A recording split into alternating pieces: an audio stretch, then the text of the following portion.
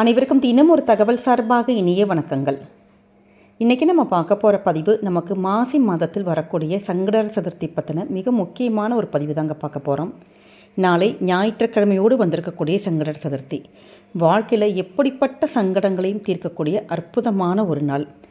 எப்பயுமே இந்த மாசி மாதமானது ரொம்ப ஒரு புண்ணிய மாதமாக கருதப்படுது. ஏன்னா உத்தராயண புண்ணிய காலத்தில் வரக்கூடிய இந்த மாசி மாதத்தில் செய்யக்கூடிய எந்தவித வழிபாடுகளாக இருக்கட்டும், நோன்புகளாக இருக்கட்டும், எல்லாமே நமக்கு பல மடங்கு பலன்களை தருங்கிற ஒரு ஐதீகம் இருக்குது. அப்படி இந்த மாதத்தில் வரக்கூடிய எல்லா நாட்களும் விசேஷம்தான். அதுவும் குறிப்பாக சில நாட்கள் இது மாதிரியான விசேஷமான நாட்கள் இருக்குது பார்த்திங்களா. அந்த நாட்களில் நம்ம விரதம் இருந்து வழிபட்டோன்னா கண்டிப்பாக அந்த வருஷம் ஃபுல்லாக அந்த விரதத்துடைய அந்த நற்பலன்கள் நமக்கு கிடைக்குங்கிற ஒரு ஐதீகம் இருக்குது. அப்படி வந்திருக்கக்கூடிய நாளை வந்திருக்கக்கூடிய இந்த சங்கடஹர சதுர்த்திக்கு நம்முடைய வீட்டில் செய்யக்கூடிய எளிமையான சின்ன சின்ன வழிபாட்டு முறைகளும் அதை பற்றின மிக சுவாரஸ்யமான தகவல்களை தான் இப்போ பதிவில் பார்க்க போகிறோம். பதிவுக்குள்ளே போகிறதுக்கு முன்னாடி நம்முடைய சேனலை சப்ஸ்கிரைப் பண்ணாமல் பார்த்துட்ருக்கவங்க கண்டிப்பாக சப்ஸ்கிரைப் பண்ணிக்கோங்க. அப்போ தான் எங்களுடைய எல்லா நல்ல நல்ல பதிவுகளுமே உங்களுக்கு உடனே வரும். இப்போ பதிவை பார்க்கலாம். எல்லா மாதமும் நமக்கு சங்கடஹர சதுர்த்தி வந்தாலுமே மாசி மாதத்தில் வரக்கூடிய இந்த நாளுக்கு கூடுதலான விசேஷம். ஏன்னா விநாயகருக்கு நம்ம வழிபட்டு என்ன வேண்டி கேட்குறோமோ அந்த வரங்கள் பெறுவதற்கான அற்புதமான ஒரு நாளாக இருக்குங்கிற ஒரு ஐதீகம் இருக்குங்க. அதே மாதிரி நம்முடைய வாழ்க்கையில் இருக்கக்கூடிய அனைத்து விதமான துன்பங்களையும் போக்கக்கூடிய வல்லமை கொண்டது தான் இந்த சங்கடஹர சதுர்த்தி நாள். இந்த சங்கடஹர சதுர்த்தி விரதம் நம்ம ஆரம்பிக்கணும் அப்படின்னு நம்ம நிறைய பேர் நிறைய மாதங்கள் நினச்சிட்டு இருப்போம் பார்த்தீங்களா. அப்படி நீங்கள் ஃபஸ்ட்டு இந்த விரதத்தை நீங்கள் துவங்கலாம்னு நினைக்கிறீங்க, இல்லை இதுக்கு முன்னாடி இருந்துகிட்டு இருந்தோமா, கொஞ்ச நாள் பிரேக் ஆகிருச்சு, அப்படி எங்களால் ஃபேமிலி சிச்சுவேஷனில் பண்ண முடியல, இப்போ திருப்பி ஆரம்பிக்கலாம் அப்படின்னு நினைக்கிறவங்க தாராளமாக இந்த மாசி மாதத்தில் வரக்கூடிய சங்கடஹர சதுர்த்தி நாள்லேருந்து இல்லாட்டி ஆவணி மாதத்துடைய சங்கடஹர சதுர்த்தி நாள்லேருந்து நீங்கள் துவங்கி உங்களுடைய விரதத்தை நீங்கள் அனுஷ்டிட்டு வந்தீங்கன்னா கண்டிப்பாக விநாயகப் பெருமானுடைய அருளால் நம்ம என்ன வரங்கள் வேண்டி கேட்குறோமோ அந்த ஒரு விஷயங்களானது நிச்சயமாக நடக்குங்கிற ஒரு ஐதீகம் இருக்குது. அதே மாதிரி நமக்கு கிரக தோஷங்கள், நம்முடைய வாழ்க்கையில் நவகிரக தோஷங்கள், இது மாதிரியான எல்லாவித தோஷங்கள், துன்பங்கள் இதிலிருந்து நம்மை காப்பாற்றக்கூடியது தான் இந்த சங்கடஹர சதுர்த்தி விரதம். அப்படி இந்த மாசி மாதத்தில் வரக்கூடிய இந்த ஒரு நாளைக்கு இன்னொரு முக்கியமான விசேஷம் இருக்குது. ஏன்னா இந்த மாதம் நமக்கு நல்ல தீர்க்க சுமங்கலியாக இருக்கணும் அப்படிங்கிறதுக்காக நமக்கு காரடையா நோன்பாக இருக்கட்டும், மகம் நட்சத்திரமாக இருக்கட்டும், இது மாதிரி நாட்களில் பெண்கள் நம்ம வழிபாடு பண்ணுவோம்.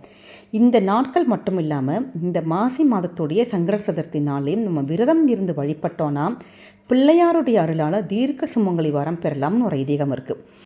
அப்படி நமக்கு நாளை வந்திருக்கக்கூடிய, அதுவும் ஞாயிற்றுக்கிழமையில் வந்திருக்கக்கூடிய சங்கடஹர சதுர்த்தி நாளில் நம்ம அதாவது ராகு காலம், யமகண்ட நேரம், இந்த நேரத்தை தவிர்த்து பிரம்ம முகூர்த்த நேரம் இல்லாட்டி வேறு நல்ல நேரமாக பார்த்து பெண்கள் நம்ம தாளிச்சரடை மாற்றிக்கிட்டோன்னா கண்டிப்பாக விநாயகருடைய அந்த அனுகிரகத்தால் நம்முடைய இல்லற வாழ்க்கையில் இருக்கக்கூடிய துன்பங்கள், இது கஷ்டங்கள், இது எல்லாம் போய் தீர்க்க சுமங்கலியாக பிள்ளையார் நம்மளை வாழ வைப்பார்னு ஒரு ஐதீகம் இருக்குது.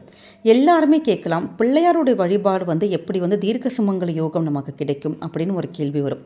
பொதுவாகவே இந்த தீர்க்க சுமங்கலி வரம் பெறுவதற்கு, இந்த தாலி பாக்கியம் நமக்கு நிலைக்கிறதுக்கு நம்ம அம்பாளை தான் வழிபாடு பண்ணுவோம்.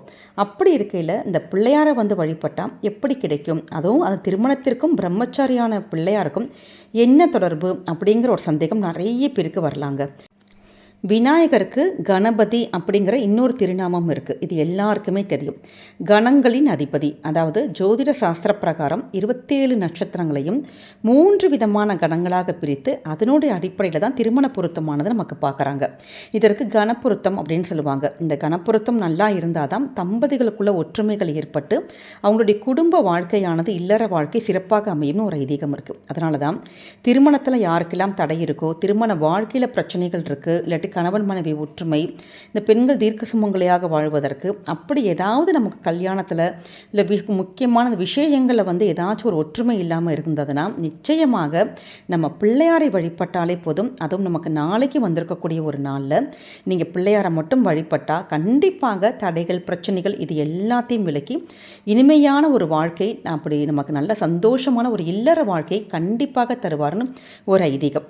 அப்படிப்பட்ட இந்த நாளைக்கு வந்திருக்கக்கூடிய ஒரு நாளில் நீங்கள் வந்து ரொம்ப கடுமையான அந்த விரதங்கள்லாம் இருக்க வேணாம்.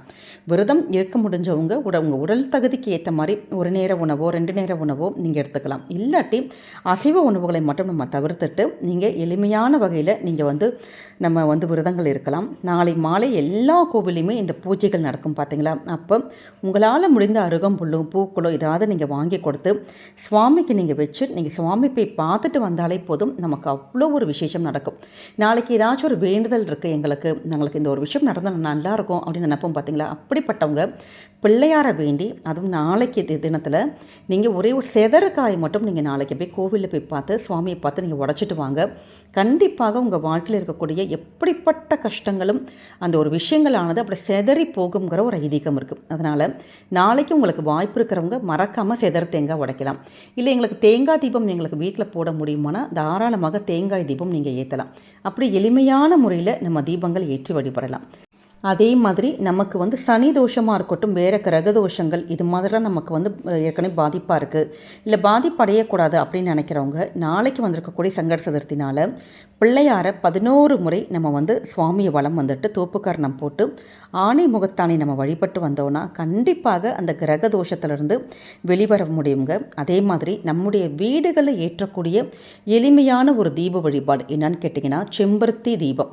எல்லாருக்குமே தெரியும், செம்பருத்தி அந்த இலையை கொண்டு நம்ம அர்ச்சித்தாலே நம்ம பிள்ளையாருக்கு அவ்வளோ ஒரு விசேஷம்னு.